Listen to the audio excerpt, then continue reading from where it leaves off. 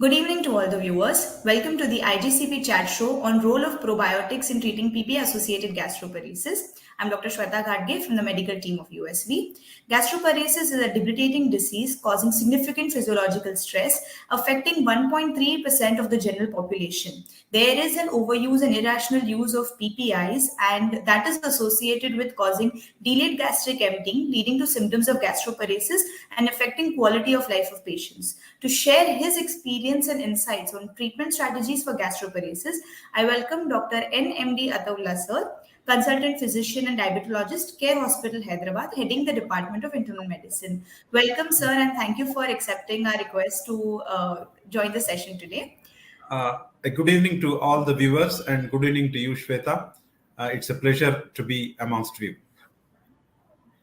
Yeah, so beginning with the discussion here, how important is gut health in the entire health and prevention of diseases? So how important it is to have a healthy gut?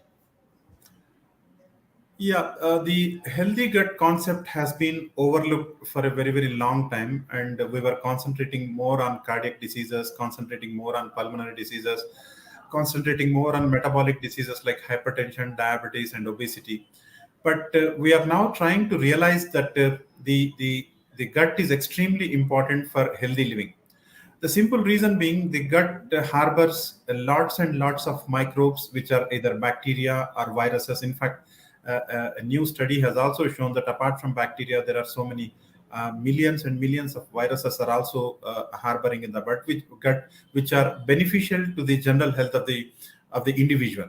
So whenever there is the alteration of this internal milieu, there could be so many issues. There can be local problems or there can be systemic problems. So what we want in our gut is we want to have a good number of healthy bacteria which are normally present, and this healthy bacterial population can be disturbed by so many things like some diseases and consumption of some drugs or some antibiotics or some other drugs which we'll discuss today. Right. Yes, sir. So, like you mentioned that the focus was on the chronic diseases and the gut health maintenance of that is extremely important to prevent the formation of multiple diseases.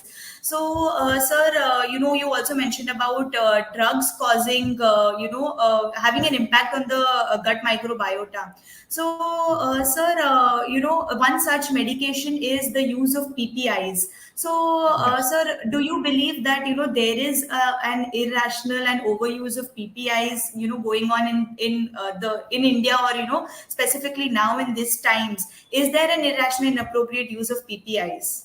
Yes, there was a time when we believed that proton pump inhibitors, particularly the ones which we commonly use like omeprazole, rabeprazole, esomeprazole, pantoprazole or desomeprazole, whatever the PPA which we have been using, we presume that these are absolutely safe and irrespective of any prescription, whether it is an OP-based prescription or in the hospital-based prescription.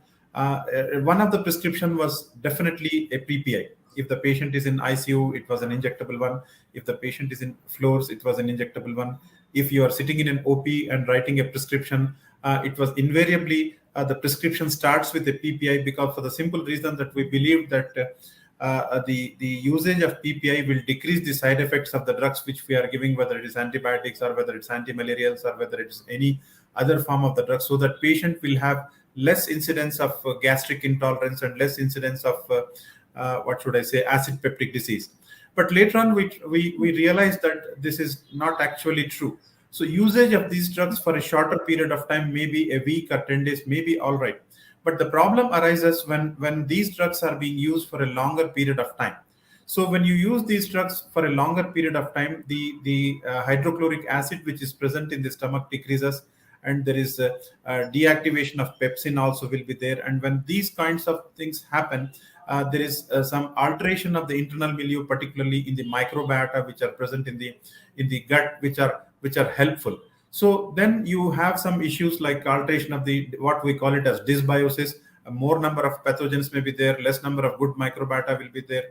So it's not better to use these medications, particularly the proton pump inhibitors, for a longer period of time. I would say 14 days would be an ideal period if the patient is on OP based drugs, and you have to give a gap of at least 2 to 3 months before thinking of restarting a PPI for some other reason in the same patient. So you have to be very, very careful if you are planning to give these proton pump inhibitors for a long period of time. Right. Yes, sir. Extremely important and concerning, situation of how there is an irrational, inappropriate use of PPIs, and the impact that is it has on the gut microbiota. So, sir, this overuse has also got the FDA to release a warning. So, can Yes. you highlight on the warning that was released by FDA on this overuse of PPIs? Yes, not only FDA, the American Association of Gastroenterologists also has given a warning that you should be very, very careful, because overuse of these medications not only will lead to some issues like Clostridium difficile infection in the gut, it will also lead to some pneumonias, or it may also lead to some immunological issues, because basically these microbiota, good microbiota which are present in the stomach, are helpful in building up the immunity of a person. So using of these drugs for more than 14 days is not warranted, and even not only FDA but also the American Association of Gastroenterologists puts a limit to 14 days in these patients who consume PPIs for a longer period of time. Right, sir. A very concerning situation again, and which is led to such so many organizations, associations to release statements to avoid the overuse of PPIs. More than the prescribed time. It is extremely Yes. important for the viewer to understand that it is not just an acidity reducing pill, or that can be just taken anytime, but it Yes. has certain indications where it is specified for and should be used for that condition only, and not beyond the prescribed time by the physicians. So, Absolutely. sir, you mentioned about the PPI is having an impact on the gut microbiota.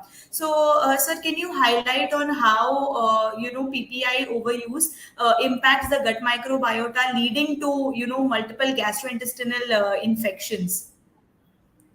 Yeah, you basically see these gut microbiota are extremely important to keep a normal, healthy gut as well as the healthy body. So one important thing would be like they may cause decreased, as far as PPIs are concerned, they may cause little decreased in motility of the stomach particularly. And when there is decreased motility, patient may experience so many other symptoms like nausea, vomiting, fullness, or sometimes symptoms of acid peptic disease also can manifest. Also some changes in blood sugars also can happen. There could be decreased appetite, patient will consume lesser amount of foods, and ultimately it can lead to some of the issues like weight loss as well as malnutrition. So we have to be very, very careful in these situations to not to use the PPIs beyond a stipulated period of time, as you have discussed. And these are some of the issues. One is low gastric. Basically, the PPIs decrease the hydrochloric acid, and when the hydrochloric acid is extremely less, this will inactivate the pepsin, and pepsin can cause some of the issues like hypogastrinemia as well as increased gastrin levels, and ultimately this can lead to what we call it as increased gastric emptying. So these some of the issues will be there. So decreased gastric emptying and gastroparesis can occur, and this can lead to loss of absorption of so many what should I say, nutrients, macro as well as micronutrients. Right, right. Yes, sir. So, with the multiple indications or gastric infections caused by overuse of PPA, one such as the gastroparesis. So, Yes. sir, it being a motility disorder, how severe it is, and in your clinical practice, sir, is there an increased incidence of gastroparesis? And also, do PPIs induce gastroparesis?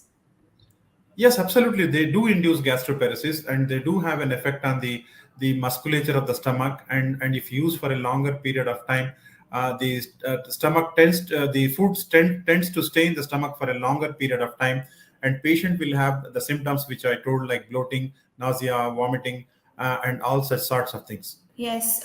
So, sir, it being a motility disorder, it also affects the quality of life of the patients. And in, Absolutely. in such indication where, patients is suffering. So, treatment strategy is a key here where it plays an important role in alleviating symptoms. So, sir, what are the, available treatment options for gastroparesis, and what are the challenges with the existing treatment? So we do have prokinetic drugs and all those things, but prevention is the best thing. So you look into the prescription of the patient which he's already taking. Suppose if the patient is taking PPIs for a longer period of time, it's better to give a holiday for those prescriptions, because if you stop using this PPIs, then probably the chance for the gut microbiota to increase will be there. One is stopping of the offending agent, what we call it as, and number two, we also have a facility of using multiple strains of probiotic agents, which contain Streptococcus thermophilus, which also contain the Clostridium species, which also contain Bacillus as well as Lactobacillus species. So you have a good opportunity of co-prescribing with the PPI these probiotic agents, where the incidence of these phenomena can decrease to a larger extent. And if you feel that the patient has to get the PPIs for a longer period of time, then definitely these probiotics containing the organisms which I just enlisted is a must in most of these patients, because it can decrease the symptomatology. It can increase the what should I say, good microbiota in the gut, which are helpful for not only for the gut health as well as for other issues also. Right. Sir, wonderfully mentioned by you that, the available treatments are present, but they themselves have their own side effects, which again affects the quality of life of the patient. So here, having a co-prescription with probiotics do provide the added benefit and reduces the alleviates the symptoms of gastroparesis. So, sir, what are these properties of probiotics? If you could, highlight them. What properties of probiotics make them, helpful in alleviating symptoms of gastroparesis? One is they replenish the, what should I say, the good microbiota. They are resistant to the acid degradation and all those things. So, and they also help in replenishing the existing microbiota which are present in the stomach. So they have a shield of protection with them, along with them, so they don't get destroyed easily, and they help in what should I say, promoting the more important bacteria. Like there are so many other bacteria, like Akkermansia is there, there is Lactobacillus is there, and there are so many newer bacteria which are present. So these probiotics, they help not only in replenishing the good bacteria, but also help in growth of the other bacteria which are helpful in such situations. Right. So, sir, since we were discussing about, PPIs causing a decrease in the, the pH, decrease of the pH of the gastric secretions, or decrease of the gastric secretions. And, sir, here, does co-prescription with probiotics have a role to play in, how PPIs cause the effects of gastroparesis? Can adding probiotics have a role to play along with PPIs? Absolutely, because there is a trend in the community, both amongst the healthcare professionals as well as the patients. We whenever a patient comes to us, they tell that they have already started a PPI. They have started taking pantoprazole. They have started using omeprazole. They have started taking some XYZ PPI. Again, see, in those situations, or in situations where even a healthcare professional writes a prescription, writing a co-prescription along with the PPI, a probiotic, will definitely alleviate some of these symptoms of gastroparesis, and also make the PPIs more effective, and the side effects of PPIs can be managed to a great extent, if definitely when a probiotic is being prescribed along with the PPIs. Right. So, sir, you also mentioned about, the different strains acting together and providing the benefit. So, sir, can multi-strain probiotics also provide a synergistic effect of, due to the constituent individual strains? Absolutely, because see, you do not know exactly the what flora are present in the gut of a particular person. So it's always wise to use a multi-strain probiotic rather than restrict ourselves to a single strain. And the strains containing Streptococcus thermophilus, Clostridium, Bacillus, and Lactobacillus are extremely important. So it's whenever given an opportunity, always use a multi-strain probiotic rather than a single strain probiotic. Multi-strain probiotics are definitely better than single strain probiotics for the simple reason that when you use multi-strain probiotics, it replenishes the majority of the commensals are the good bacteria in the stomach. And the strains vary from person to person. Somebody may have excess of X bacteria, somebody may have less of Y bacteria. So if you use multi-strain bacteria probiotic along with a PPI, that's definitely going to help in alleviating the symptoms of gastroparesis and also other side effects which are commonly seen with PPI prescriptions. Right. Sir, so since we're discussing about, how important it is to co-prescribe probiotics with PPI, so what is the duration that has to be followed? Is it supposed to be along with PPIs or before initiation of PPIs or continued after, completion of the PPI course?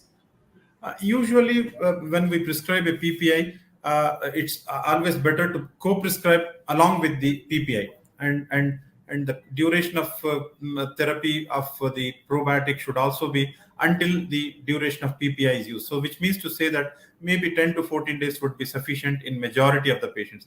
But by chance, if the patient is symptomatic, he has complaints of bloating, or some acid reflux, or all those things, you can continue to use these probiotics for a longer period of time also. Right. So it is important for the viewers to understand that the co-prescription with PPI is extremely important, and that when PPIs are prescribed, along with that, probiotics should be continued and for 4 to 8 weeks. Or is that sufficient time for Yeah, that's more than probiotics? enough. 4 to 8 weeks, absolutely.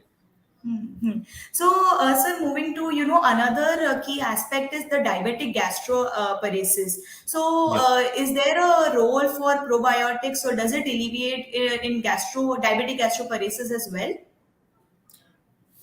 See, the presence of gastroparesis in diabetes is basically because of an autonomic neuropathy.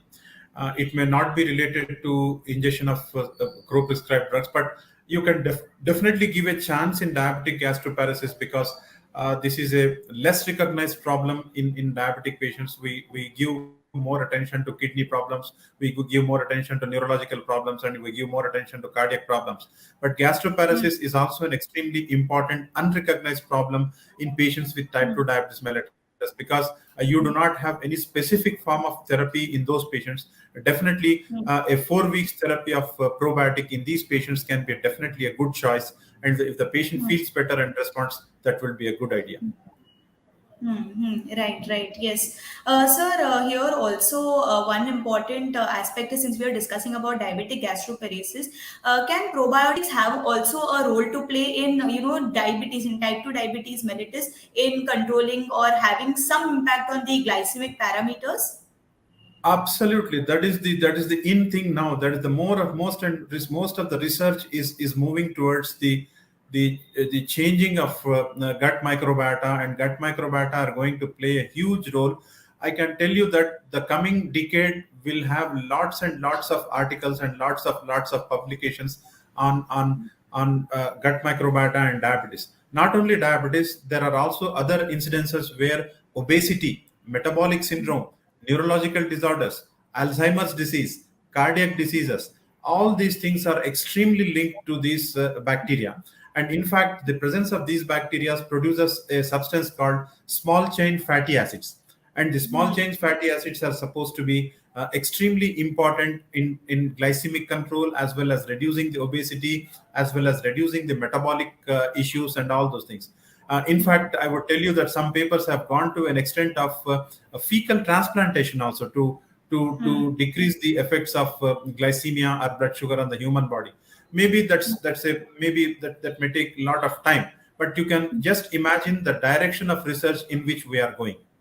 Right. Yes. So there are a lot of research now coming in on role of probiotics in multiple metabolic diseases, and like you mentioned, how there can be a role of it to play in reducing the glycemic parameters as well. So, sir, since you mentioned about the gut microbiota being an important aspect, so, do you believe that there exists a gut and an organ axis, and that the gut microbiota modulates functions of other organ systems?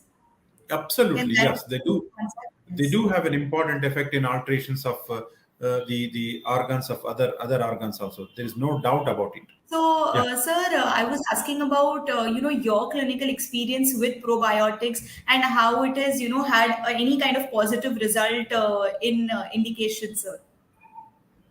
Yeah, these are extremely important drugs to know. We have to use more often than we have been using previously. We just discussed about the gastroparesis induced by proton pump inhibitors. That's one. And number two, the benefits of the probiotics in metabolic disorders, including diabetes, hypertension, obesity, as well as some neurological disorders. Maybe more definitive data will come in the days to come. And also, the most common thing which we use is the usage of antibiotics, which we have been using in day-to-day life, like maybe macrolides or tetracyclines or any other antibiotics, where patients can have some symptoms like bloating, loose motions, and all those things. So in those situations also, you have to keep in mind the possibility of usage of probiotics, so that when you use co-prescribed along with PPIs or along with antibiotics, the incidence of side effects of these drugs can be decreased to a greater extent. Thank you, sir, for such a wonderful, explanation to each and every concept. Sir, final message to our viewers that you would like to give. Yeah, these are very important drugs, probiotics, used both for small, minor indications like the PPI usage as well as antibiotics. But the bigger role is due to come in near future, where maybe a day may come where obesity will be treated by probiotics, or diabetes may be treated along with other oral hypoglycemics or insulins. You have an add-on probiotic. So we are eagerly waiting for more research to come and see the benefits of probiotics. Hmm. Yes, sir. This has been a very wonderful session, and it was highly informative for us also. And I hope that the audience have got great insights and great information, sir, shared by you. So, thank you so much, sir, for taking the time out and wonderfully explaining each and every aspect of gastroparesis and for of role of probiotics in alleviating the symptoms. So, thank you Thank so you much, so much. sir. It was a pleasure talking to you.